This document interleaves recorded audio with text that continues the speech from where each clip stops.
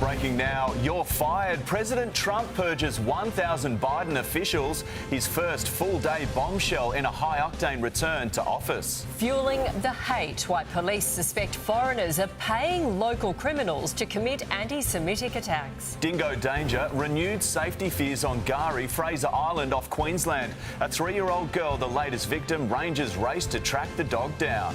Melbourne masterclass, Novak Djokovic digs deep in a 3-hour slugfest while the demon is primed to slay the sinner. Plus, exclusive, Angelina Jolie joins Sunrise, our rare interview with Hollywood royalty. And remembering Michael Hutchins.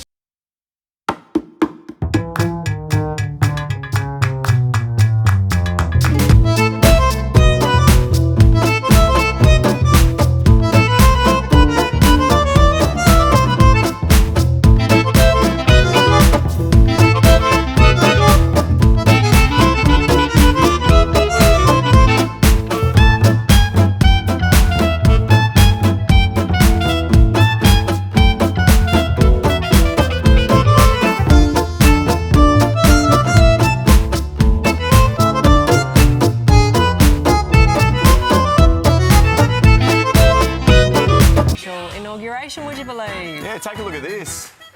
The 3-year-old daughter of JD Vance was wearing a Band-Aid featuring the Brisbane Blue healer, and the photo has sent Bluey fans into a frenzy. If they're not already in one, they're always in a frenzy, aren't they, Bluey fans? But first this morning, Donald Trump has had a frantic first day in office, executing a raft of major executive orders targeting issues including immigration, health and climate change. Live to US correspondent Tim Lester. Tim, Donald Trump promised to make sweeping changes from the get-go, and it looks like he's made good on that promise.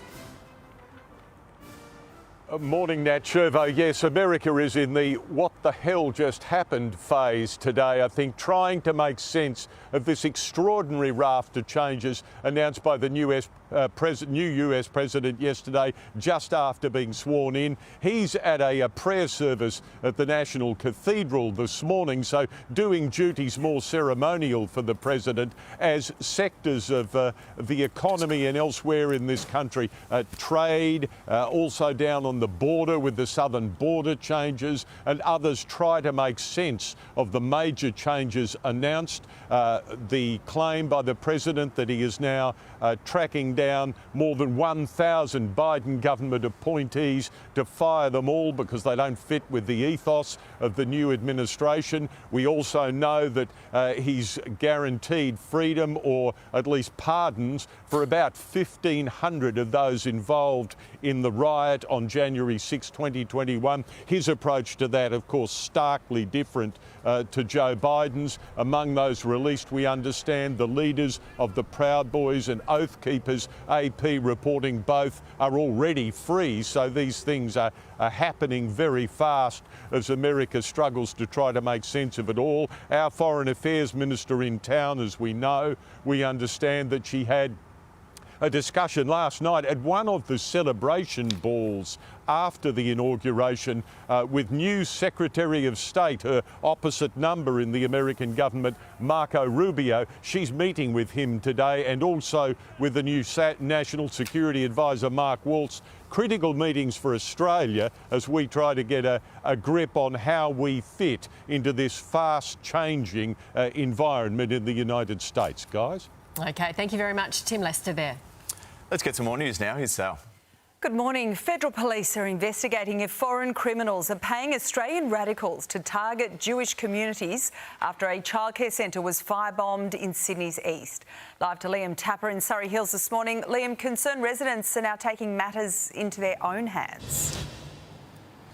Yeah, morning, Sal. They certainly are, and this is both Jewish and non-Jewish residents in Sydney's eastern suburbs after this spate of anti-Semitic attacks that we've seen here in Sydney over the past few weeks.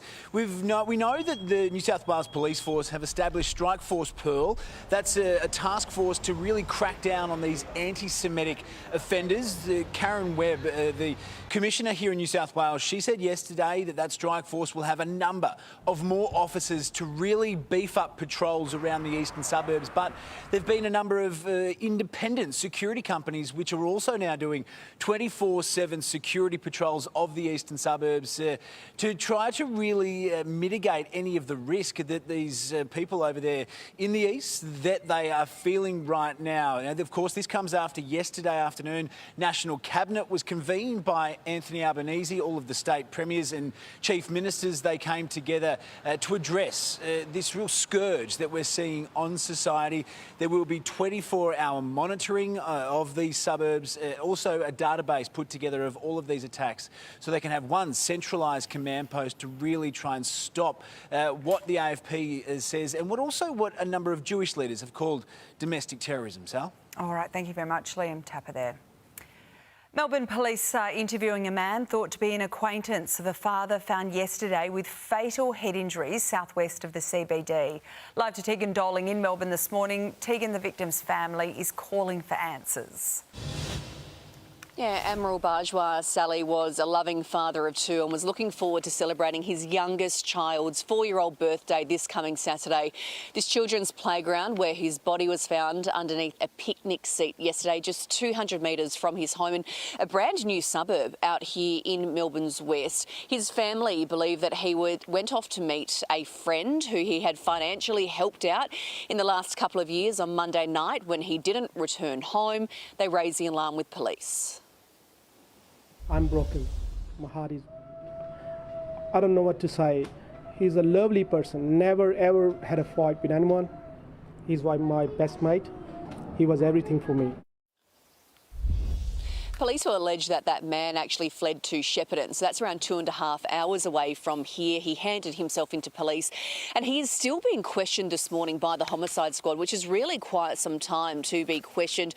No charges just yet, but the family have set up a GoFundMe page to help out Mr Bourgeois' wife and 2 children as they currently deal with this very tragic loss. Sally. Yeah, indeed. It is very sad. All right, thanks for that. Tegan Doling there. Southeast Queensland is sweltering through a dangerous 3-day heatwave with temperatures set to soar to 38 degrees.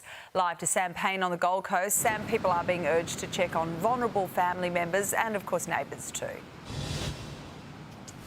Yes, good morning, Sally. They definitely are, especially after Queensland Health issued a warning last night regarding a 3-day heatwave that's supposed to hit today. Now, as you mentioned before, Ipswich is expected to hit 38 degrees. Other further inland places like Birdsville, maybe even over that temperature. The main warning is how can you deal with this heat, especially if there's a power outage. So they're asking the public to have a plan in place and steps to take, especially for your vulnerable neighbours in that place and time. Now, the Gold Coast is forecast to hit around 36 degrees today, 31 tomorrow, and then 34 on Friday. Definitely much cooler around here because of these beaches, especially with school holidays. There'll be thousands flocking here, but the warning is just keep in touch with your neighbours and maybe cool off in the ocean if you can. Sally?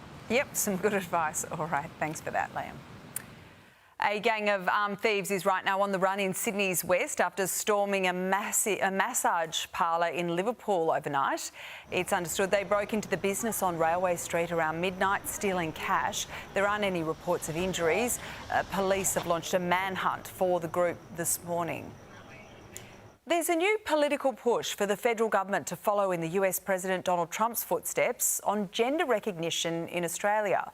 Live to Taylor Aiken in Canberra this morning. Hello to you, Taylor. Prominent coalition MPs are leading the charge with this. Yeah, that's right, Sally. A group of Nationals MPs wanting to capitalise on those comments made by President Trump during his inauguration speech that the US government would only formally recognise 2 genders, male and female.